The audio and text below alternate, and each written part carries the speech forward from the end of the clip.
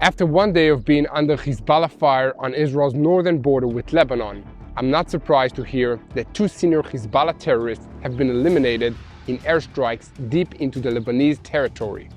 Iran seems to be disappointed with Hezbollah's poor performance in recent days, while everyone is wondering what Israel's response to Sunday morning's barrage of missiles and drones will be.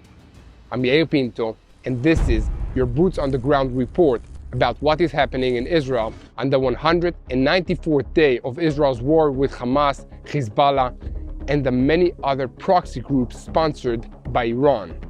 In the last 24 hours, the IDF eliminated 2 senior Hezbollah officials in surgical airstrikes.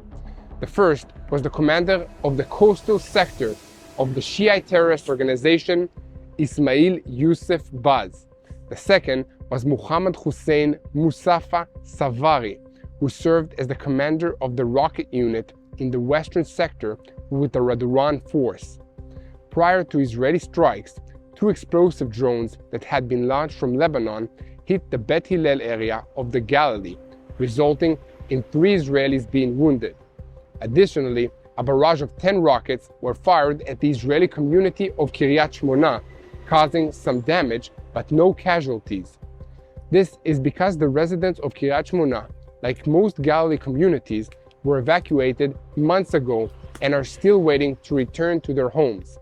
In addition to that, me and my team, as we were filming in the northern Galilee, were in the middle of these Hezbollah attacks only yesterday, with several rockets landing near us as my crew and I were filming the latest episode of My State, which will be posted this weekend. Stay tuned for that and be prepared to experience the war with me. Now, let's take a look at who these 2 Hezbollah terrorists were. Ismail served as a long-time senior official in the military wing of Hezbollah in several positions. The IDF said in a statement that his current rank is equivalent to the rank of a brigadier general. As part of his role, he was involved in promoting and planning the launches of rockets and anti-tank missiles towards the State of Israel from the coastal area of Lebanon. Also during the war, he organized and planned various terrorist plots against Israel. Referring to the assassination of Musafa Savari, the Raduan force commander of the rocket and missile unit of the western sector, the IDF said that he was responsible for the planning and execution of many rocket-firing plans towards the Israeli territory. As part of his role, he was involved in promoting and planning the launches of rockets and missiles towards the State of Israel from the central and western sectors of Lebanon. It was also reported that Muhammad Ibrahim Fadallah, an operative in Hezbollah's rocket and missile unit, was also neutralized in this attack. These guys won't be planning any rocket attacks on Israel anymore, and that's something we can all be grateful for.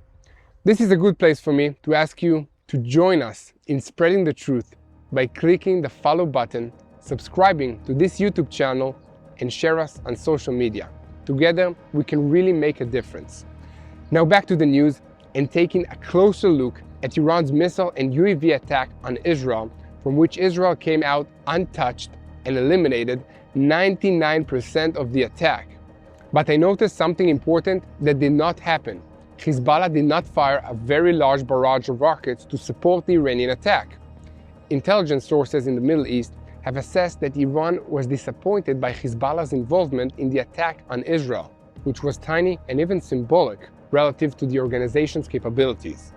The barrages of rockets fired into northern Israel by Hezbollah on Saturday evening and into Sunday morning were not significantly greater than what they've been doing on a daily basis since the Hamas massacre began on October 7th. What can explain this? It seems that Hezbollah is afraid to hit Israel hard, and I can tell you some of the very good reasons they have to feel this way. Israel has demonstrated to Hezbollah that within minutes of them launching a rocket attack, the IDF can locate and fire on the launching positions. This includes the launchers, but also the targeting radar, ammunition stockpiles, and other infrastructure related to the launchers. The weapons Iran has provided to Hezbollah are powerful, but they have a large logistical footprint. They require large facilities to keep them operating, and once they fire, the IDF can track their location and destroy them. This is one reason why Hezbollah is unwilling to expose the firing positions of their missiles. They want to keep them in reserve in case the IDF sends a large ground force into Lebanon. Please continue to spread the truth with us and take an active part in supporting our work so we can create additional videos from Israel, from the ground, to you. Now I want to give you some in-depth analysis of the situation we're looking at. We usually view the military aspects of wars, but there are other aspects that we must keep in mind. These aspects include the economic cost of fighting, both the direct cost that countries pay for weapons and equipment, as well as the opportunity costs for loss of product and employment. Sometimes a country can be punished for an act of aggression by the imposition of economic sanctions. Foreign Minister Israel Katz said that after the decision that took place in the European Union, there is a positive trend towards the adoption of sanctions against Iran regarding the missile project.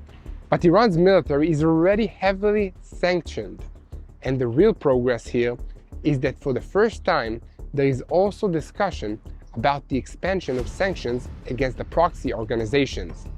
It's difficult to believe, but Iranian proxies include Hamas and Hezbollah raise large sums of money every year through phony charity organizations that operate openly and legally in Europe.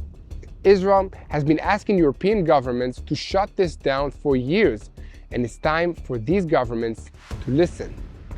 The news portals Axios has reported that the Americans are working on a new sanction against Iran. American Treasury Secretary Janet Yellen said that she will not hesitate to impose economic punishment on Tehran in response to an attack on Israel. We now have a united alliance of partners, she said, and that was not Iran's intention.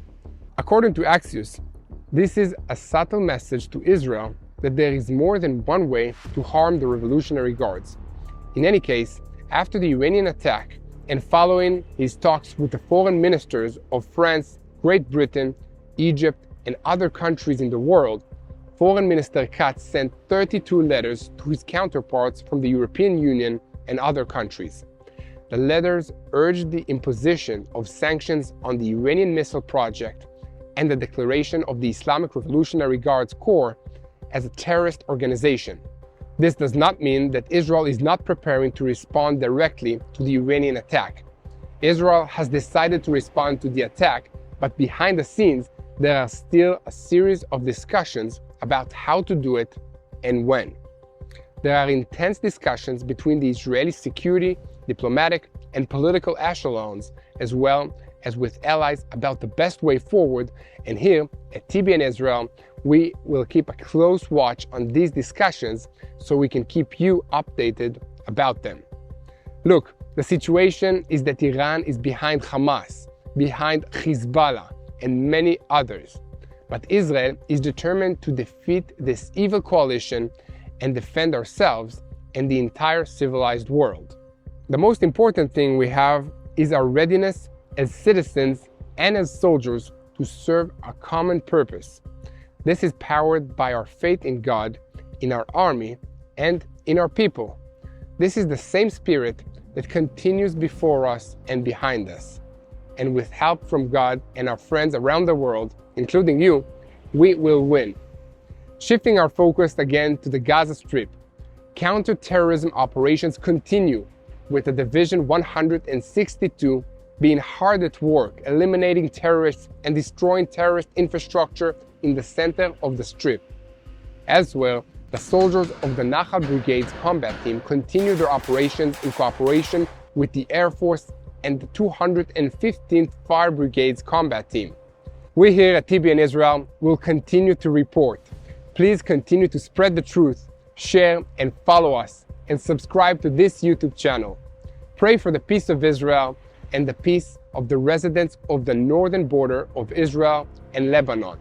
Let's pray that they will return to their homes, and the most important thing is to keep praying for the peace of Jerusalem. Thank you for all your support, and together we will win this war. Hello, this is Mati here in Jerusalem with TBN Israel. This is Yair Pinto from TBN Israel here in Jerusalem. TBN Israel is keeping viewers informed with Israel-focused news, culture, and what God is doing in this land. Support TBN Israel today online at tbn.org/Israel. Thank you.